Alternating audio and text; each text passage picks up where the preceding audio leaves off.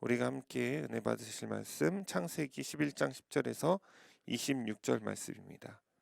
우리 계신 곳에서 하나님 말씀 읽겠습니다. 셈의 족보는 이러하니라.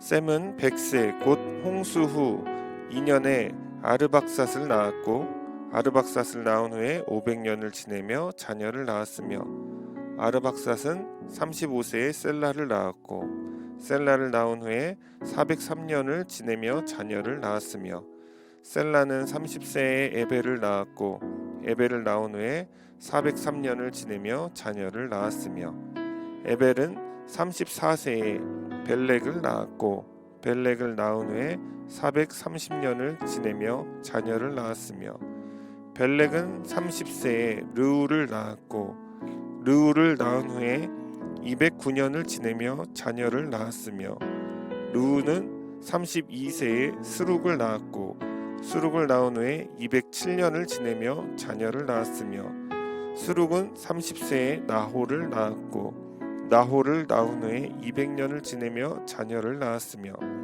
나홀은 209세에 데라를 낳았고 데라를 낳은 후에 119년을 지내며 자녀를 낳았으며 데라는 70세에 아브람과 나홀과 하란을 낳았더라. 아멘. 할렐루야. 한 주간 잘 지내셨습니까? 저는 오늘 이 본문을 가지고 족보에서 무엇을 보란 말인가 이런 제목으로 함께 말씀을 나눌까 합니다.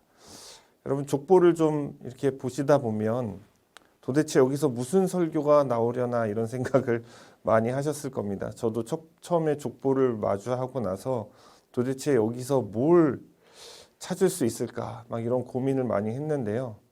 그래서 저는 오늘 어떤 믿음에 대한 이야기로 설교를 좀 시작해 보려고 합니다. 믿음이라는 것을 말할 때는 사실 그 믿음이 넓은 범주를 갖고 있기 때문에 참 설명하기가 어렵습니다. 믿음의 대상에 따라 믿음을 정의하는 방법이 달라지기도 하고 믿음의 근거를 어디에 두느냐에 따라서 그 믿음을 이해하는 방법이 달라지기도 합니다.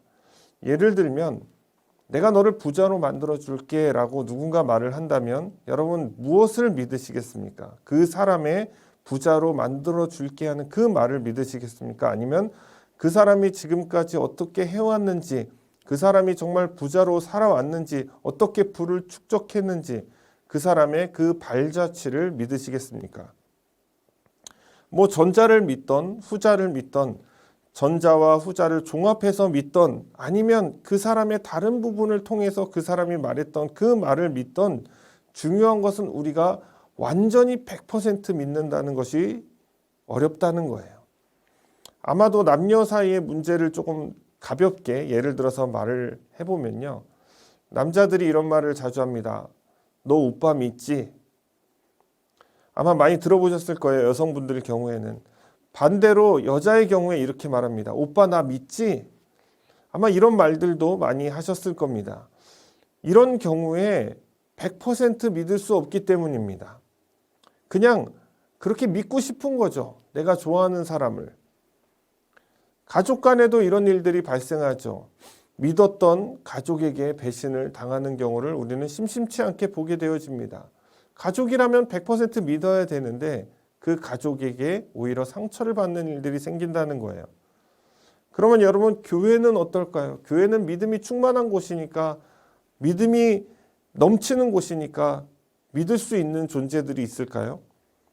교회의 다른 성도님들을 보면 혹은 여러분들이 존경하는 그 목회자들을 보면 다 믿을 만한 존재로 여겨지십니까? 아니면 그냥 믿어주고 싶은 것일까요? 그래서 이런 것들을 종합해서 이런 말들이 생겨났는지 모르겠습니다. 사람은 믿음의 대상이 아니라 사랑의 대상이다. 100%는 아니더라도 누군가를 신뢰하고 따르기 위해서는 필요한 조건들이 있습니다. 그것을 이제 종합적으로 평가하게 되는데요. 그 사람의 성격 혹은 그 사람이 지금까지 해왔던 그 모든 일들, 맺은 열매들, 그리고 그 사람이 자기가 뱉은 말을 얼마나 책임지고 있는가, 그 사람이 어떤 태도로 임하는가, 그 사람이 일관성이 있는 사람인가 아닌가, 이런 것들을 통해서 그 사람을 믿을만 하다. 이렇게 말을 하게 되는 것이죠. 이와 같이 100% 믿는다는 것은 내 자신의 문제이든 아니면 타인의 문제이든 우리에게는 불가능해 보입니다. 그래서 의심을 지우는 게 쉽지 않습니다. 제가 믿음에 대해서 지금까지 말씀드린 것은 또 다른 의미로 볼 때 사람은 그만큼 쉽게 믿지 못한다는 것의 방증이기도 한 것입니다. 이 믿음이라는 것, 사람이 쉽게 믿지 못한다는 것, 이것을 좀 성경으로 끌고 와서 보게 되어지면 사람들은 늘 하나님을 의심했습니다. 하나님께서 하나님 자신을 믿도록 수많은 증거들을 보여주시고 수많은 기적과 역사를 일으켜 주셨음에도 불구하고 사람들은 계속해서 의심했다는 거예요. 하나님의 아들이 이 땅에 오셨음에도 사람들은 알지 못했어요. 요한복음 1장이 그 내용을 잘 담고 있습니다. 빛이 왔음에도 어둠이 깨닫지 못하더라. 예수님을 믿게 하기 위해서, 메시아의 도래를 믿게 하기 위해서 침례 요한을 먼저 보내주셨죠. 그가 증언했지만 사람들은 그를 알지 못하더라. 사도 요한은 이 요한복음을 통해서 예수님을 증거할 뿐만 아니라 믿으라고 다양한 증거들을 제시하고 있는 것을 볼 수 있습니다. 그만큼 그 당시에는 이 믿음이 결여된 시대였다는 거예요. 예수님을 알지 못하고, 아니 알아보지 못하고 깨닫지 못했던 시대였다는 것을 말해주는 것입니다. 어떤 사람들은 사도 요한을 사랑의 사도라고 말할지 모릅니다. 왜냐하면 사도 요한은 자기 자신을 예수님이 사랑하는 제자라고 말을 했기 때문이에요. 하지만 여러분 요한복음을 정독해 보십시오. 읽다 보면 사도 요한은 사랑보다 믿음에 대해서 훨씬 더 많이 강조하고 있다는 것을 알게 되어집니다. 저는 사람으로부터 나오는 그 모든 것들은 우리가 100% 온전히 믿을 만한 것이 아니라고 말할 수 있습니다. 사람은 그만큼 불완전한 존재이기 때문입니다. 또 한 가지는 사람은 100% 또한 믿음을 줄 수 없는 존재이기도 합니다. 늘 의심이 많아요. 어쩌면 스스로를 믿을 수 없기 때문에 본능적으로 다른 존재에 대해서 믿지 못하는 것일 수도 있습니다. 제가 2명의 딸을 키우고 있습니다. 딸이 너무 소중하잖아요. 근데 여러분, 저 빼고 세상의 모든 남자를 다 믿을 수 없더라고요. 제가 왜 이렇게 세상 남자들을 다 못 믿겠는가 생각을 해보니까 제 자신을 보니까 그런 것 같더라고요. 여러분, 믿지 못하는 존재, 그리고 믿음을 줄 수 없는 존재가 사람이라고 한다면 왜 사람은 믿을 수도 없고 믿지 못하는 존재로밖에 여겨질 수 없을까요? 그 이유는 죄 때문입니다. 죄 때문이라는 거예요. 여러분, 가인을 한번 볼까요? 가인은 자신이 돌봐주고 지켜주어야 할 대상, 그 동생 아벨을 죽인 아주 극악무도한 죄를 저지른 살인자였습니다. 그런 그가 하나님으로부터 심판을 받은 후에 했던 행동이 무엇입니까? 노 땅으로 가서 거기에 거주하면서 자신의 아들의 이름을 따서 성을 지어요. 그 성의 이름은 에녹입니다. 근데 여러분, 성을 쌓는 목적이 있을 거 아니에요. 그 이유가 무엇이었을까요? 바로 외부로부터의 공격을 방어하기 위함인 것이죠. 가인은 하나님께서 내게 원수를 갚는 자에게는 벌을 7배나 더할 것이다 라고 말씀해 주셨지만 가인은 믿지 못했어요. 그래서 하나님은 가인에게 표도 주셨죠. 그럼에도 가인은 하나님을 여전히 믿지 못했습니다. 스스로를 지킬 수단을 만든 거예요. 그래서 성을 쌓은 겁니다. 에녹성을 말이죠. 하나님께서는 늘 믿음이 없는 하나님의 백성들에게 믿음을 주시기를 원하시는 것입니다. 오늘 우리가 읽은 이 족보, 바로 그러한 관점으로 바라보아야 한다는 거예요. 셈의 족보를 통해서 하나님은 자신은 신실한 분이다. 그리고 나는 오류가 없으며 어떤 사탄의 회방 속에서도 내 뜻을 완벽하게 이루어 갈 거다라는 것을 보여주고 계신 것입니다. 그래서 우리는 이 족보를 통해서 예수 그리스도를 통한 구원의 약속 역시 신실하게 이루어진다는 것을 보고 믿게 되는 것이죠. 이 족보가 주는 세 가지 중요한 관점이 있습니다. 그것을 잠시 살펴볼 텐데요. 첫째는 족보에 담겨진 이 네 가지 사건이 있는데요. 그것을 통해서 교훈을 얻게 되어집니다. 네 가지 사건은 무엇이냐? 천지창조, 그리고 아담의 타락, 사람의 타락이죠. 그 다음에 노아의 대홍수, 그 다음에 바벨탑 사건인 것입니다. 이 사건들은 개별적으로 일어난 사건이 아닙니다. 아담의 계보와 맞물려 등장한 사건이에요. 그러니까 하나의 계보 속에서 창세기 1장 1절부터 그리고 오늘 본문 11장 마지막 절까지 그 계보 속에서 중간중간에 일어난 사건들이 삽입되어져 들어갔다는 것을 알 수 있는 거예요. 천지창조와 인류의 타락도 큰 그림에서 우리가 한번 들여다보면 아담의 계보 안에 들어가 있는 것입니다. 아담의 계보를 시작하기에 앞서 서두에 그 이야기가 나오는 것이죠. 천지창조. 어떻게 사람의 계보가 시작되었는지를 알려면 사람이 어떻게 탄생했는지, 창조되었는지를 알아야 되기 때문인 것입니다. 그러니까 사건의 발단, 이렇게 이해할 수가 있는 것이죠. 만약 계보만 딱 적었더라면 여러분 의구심이 생겼을 거예요. 아담 위에 누군가 있지 않았을까? 근데 아담이 하나님께서 창조하셨다는 사실을 못 박음으로써 아담이 최초의 인류라는 것을 알게 해주는 것이죠. 그리고 최초의 존재라면 세상에 어떻게 탄생했는지 많은 사람들이 궁금했을 거예요. 거기에 대한 설명인 것입니다.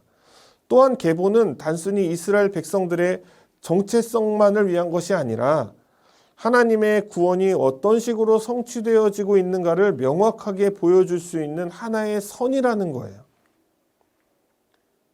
그렇기 때문에 성경이라는 전체 안에서 계보는 반드시 필요한 것이고 설명되어져야 하는 것이기도 합니다.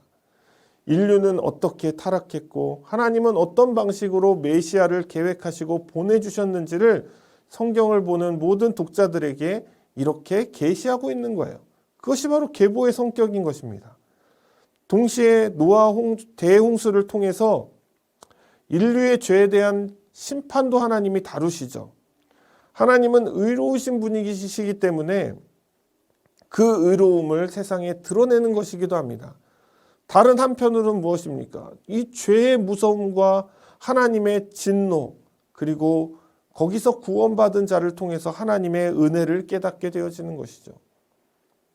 그렇게 하나님께서 심판하셨고 또한 새로운 출발을 허락하셨지만 다시 인류는 죄를 짓기에 이릅니다. 바벨탑을 쌓는 거예요. 그래서 하나님의 존재를 격화시키고 다시 죄의 길로 들어서게 되는 것입니다. 사람들은 그렇게 사탄에 이리저리 휘둘리고 죄를 범하는 이 쳇바퀴와 같은 삶을 여실히 보여주는 것입니다. 그 가운데 하나님은 여전히 신실하게 셈의 자손을 통해 아브라함을 부르고 계시는 거예요. 그리고 훗날 그 아브라함의 자손을 통해서 다윗이 나오고 다윗의 자손 메시아 예수 그리스도가 탄생하게 되는 것입니다. 이 네 가지 사건들을 통해서 우리가 깨닫게 되는 것은 크게 두 가지입니다. 첫 번째는 사람에게 희망이 없다는 것입니다. 물로 다 쓸어버리고 다시 노아를 통해 시작해도 또 죄를 짓는 거예요. 그렇기 때문에 사람은 스스로 죄를 끊어낼 능력이 없다는 거예요. 그러니까 희망이 없는 것이죠. 결국에는 전능자가 내미는 그 구원의 손길만이 그 죄의 굴레로부터 벗어나는 유일한 길임을 이 계보를 통해서 시사하고 있는 것입니다. 홍수 심판 후에도 바벨탑을 쌓았던 것처럼 사람은 희망이 없고 죄는 극렬한 것입니다. 나머지 한 가지는 무엇이냐? 그럼에도 불구하고 하나님은 여전히 사람을 사랑하고 계신다는 거예요. 그래서 은혜를 베푸시죠. 아담에게는 동물의 가죽을 통해서 옷을 입히십니다. 노아에게는 방주를 만들어서 그와 그 자식들 그리고 동물들을 구원해 주시는 거예요. 그 생명을 보존하게 하시는 거예요. 그리고 마침내 이 셋의 자손을 통해서 아브라함을 부르시는 거예요. 바벨탑을 쌓았음에도 불구하고 이것이 아담의 계보 속에서 반복되는 내러티브라는 거예요. 둘째는 이 역사적인 사실을 통해서 믿음을 주고 있다는 거예요. 우리는 여러분 토론할 때 뭘 봅니까? 팩트. 이게 팩트다 하고 이야기하면 여러분 그 주장에 무게가 실리는 것은 당연한 것입니다. 여러분 이 족보는요, 창세기 5장에서 본격적으로 아담의 계보를 적고 있어요. 그러면서 이렇게 말합니다. 5장에서 아담의 계보다 라고 이야기를 하면서 명시하면서 시작하고 있는 것입니다. 그리고 이 족보의 특징은 지난번에 제가 노아의 자손들에 대한 그 족보와 그 성격이 다르다고 말씀을 드렸죠. 아담의 계보는 노아의 계보와는 좀 다르게 직선적인 형태를 띠고 있다고 제가 말씀을 드렸습니다. 반면 노아의 족보는 넓게 퍼지는 형태를 가지고 있다라고 말씀을 드렸죠. 그래서 아담의 계보는 하나님께서 선포하신 그 원시복음이 어떤 식으로 예수 그리스도까지 성취되고 있는가를 한눈에 볼 수 있는 그런 맵과 같은 지도와 같은 것이다 라고 말씀을 드렸습니다. 반면 노아의 계보는 인류가 어떤 식으로 온 땅에 충만해지고 있는가를 볼 수 있다라고 말씀을 드렸습니다. 아담의 계보가 이제 아브라함, 즉 이스라엘의 탄생으로 이어지는 그 마지막 단원으로서 오늘 본문이 쓰여진 것이죠. 이 직선적인 형태의 계보를 성경이 말하고 있는 이유가 있습니다. 그것은 역사적인 사실이라는 거예요. 그것을 증명하고 있는 거예요. 이것은 뭐 어떤 신화나 그 당시에 막 유행했던 신화나 아니면 무슨 내려져 오는 그런 구전 동화 같은 것이 아니다. 이것은 역사적으로 증명된 일이다. 이것을 말하고 있는 거예요. 동시에 이 족보를 통해서 신분을 소명할 수 있다는 겁니다. 우리나라에서도 여러분 가족관계 증명서라는 것이 있죠. 그것을 통해서 자식과 부모의 관계, 또 배우자와 또 나의 관계, 우리가 모두 가족이라는 것을 증명하는 거예요. 미국에서는 아기가 태어나면 병원에서 confirmation of birth라는 걸 줍니다. 그러니까 아기가 태어났다는 것을 확인해 주는 거죠. 확인증 같은 거예요. 그럼 그걸 가지고 코트, 이제 그 카운티에 있는 코트, 뭐 법원이라고 해야 되나요? 거기에 가가지고 이제 그걸 내고 돈을 얼마를 내면 벌스 서티피케이트를 줍니다. 이것은 이제 출생 증명서예요. 그 안에 보면은 부모의 이름도 다 들어가 있어요. 그래서 그걸 통해서 부모도 자식에 대한 내 자식이니까 다른 사람에게 뺏기지 않을 그런 권리가 있는 것이죠. 그래서 확인이 되는 거예요. 뿐만 아니라 여러분, 유서 깊은 가문의 경우에는 국내외를 막론하고 전 세계적으로 자신들만의 족보를 기록하고 있습니다. 그것을 통해서 전통과 역사를 자랑하고 그 뿌리를 해치지 않고 자신들의 그 퓨어 블러드라고 그러죠. 혈통을 유지하려고 하는 그런 모습들이 있는 것이죠. 이스라엘 백성들은 여러분 노예로 400년 동안 있었어요. 그러다가 이제 국가로 존립해야 되는 상황에 놓여 있었습니다. 그들을 보는 가나안 거민들의 시선은 무엇이었을까요? 저것들 이집트의 노예였잖아. 이렇게 생각하지 않았을까요? 아니 듣도 보도 못한 아무런 근거도 없는 주장을 하면서 자기들이 수백 년 동안 뿌리 내리고 살았던 이 땅에 들어와 가지고는 자신들을 내쫓고 원래 여기가 우리 땅이었다. 약속받은 땅이었다라고 우기는 거예요. 그럼 여러분 도둑놈으로 보이는 거죠. 여러분 일본이 독도를 자기네 땅이라고 그렇게 말하는 것처럼 정말 어이가 없는 그런 상황이라는 것이죠. 이러한 시선 속에서 이러한 상황 속에서 이스라엘 백성들은 나 자신의 정체성을 분명히 알아야 할 필요가 있었습니다. 그 정체성을 확고히 했어야 된다는 거예요. 그 정체성을 제대로 찾기 위해서 가장 효율적인 방법은 무엇이었을까요?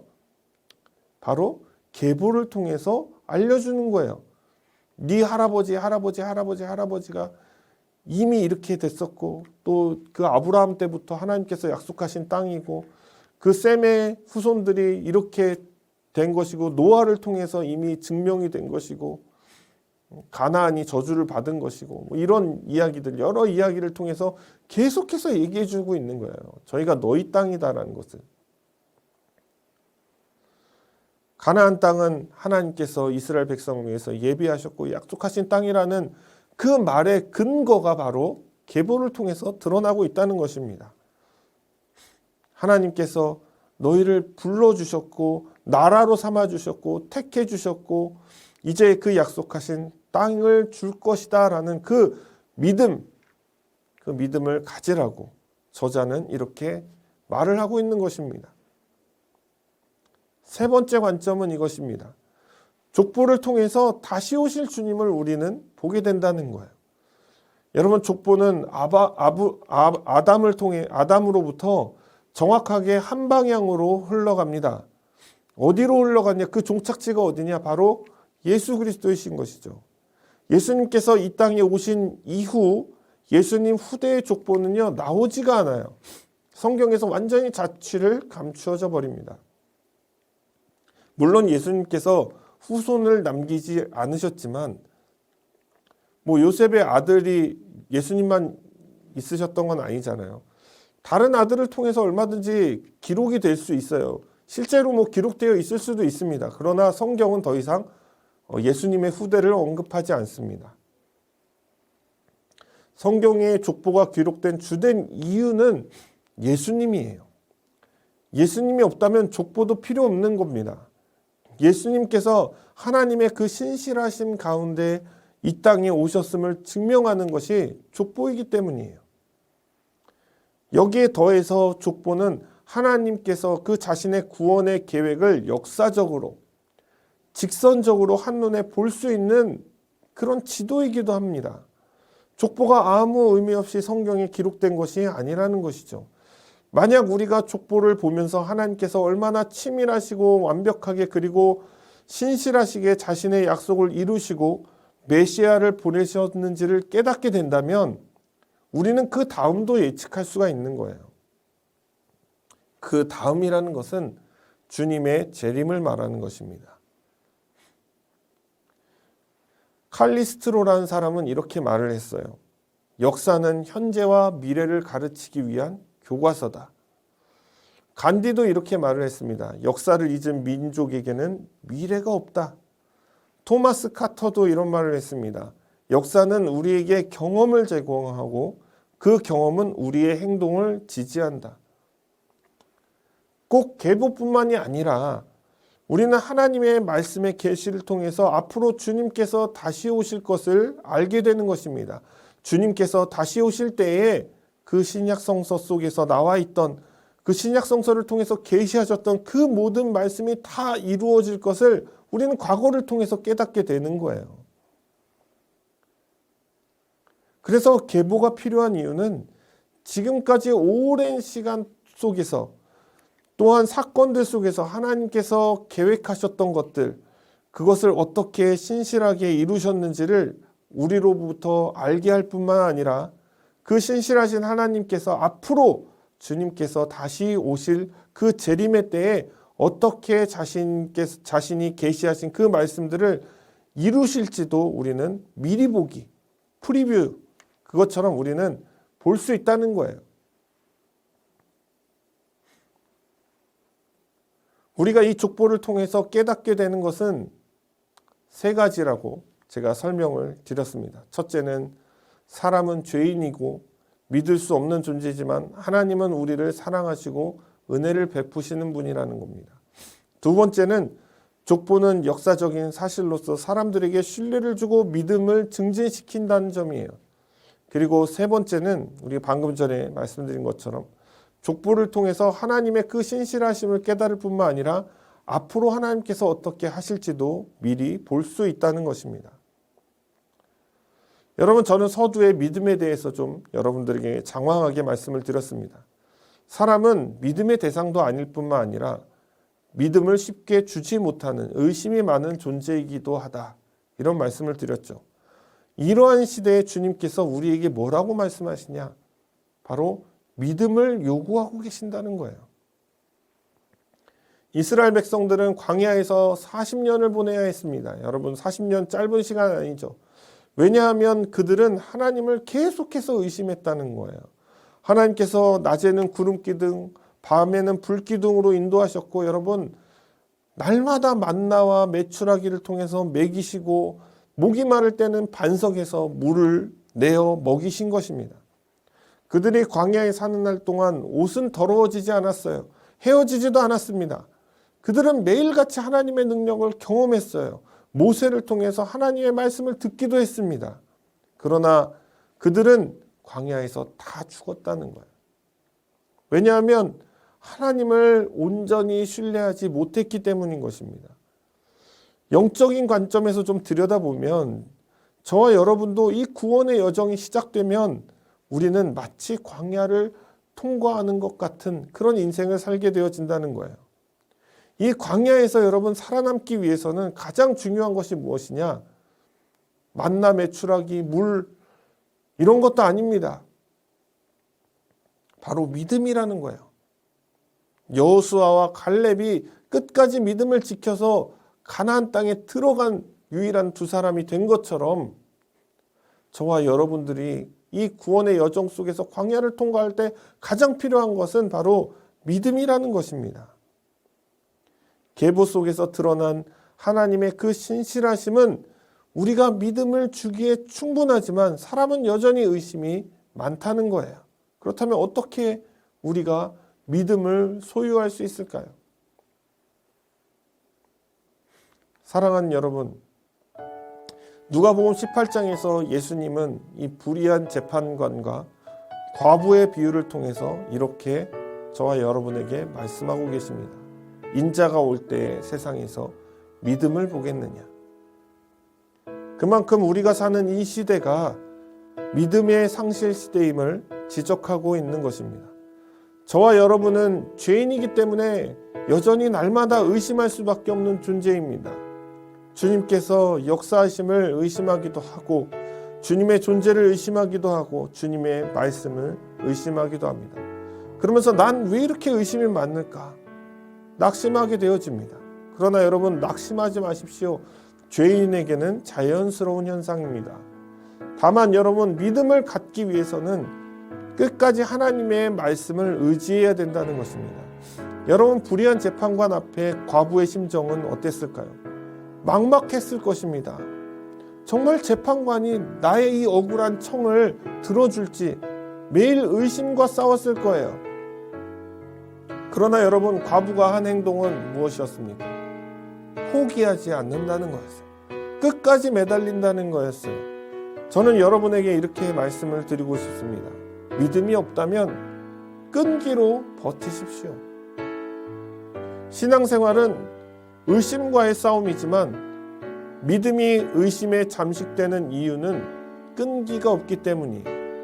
포기가 빠르기 때문인 것입니다. 사랑하는 여러분, 포기하지 마십시오. 끝까지 신실하신 하나님을 믿으십시오. 행여 여러분의 삶이 막막할지 모릅니다. 의심을 가질 만한 환경이 여러분을 둘러싸고 있을지도 몰라요. 그렇다고 여러분, 포기하지 마십시오. 내 믿음이 약해지는 것 같고 의심의 구름이 자꾸 늘어나는 것 같아도 여러분, 끝까지 주님 말씀을 붙들기를 포기하지 마시기 바랍니다. 사랑하는 여러분, 이 계보 속에 드러난 하나님의 그 신실하심을 끝까지 포기하지 않고 믿으시기 바랍니다. 그리고 마지막 때에 주님께서 찾으시는 그 믿음의 사람이 되시는 저와 여러분이 되시기를 주님의 이름으로 축원을 드립니다.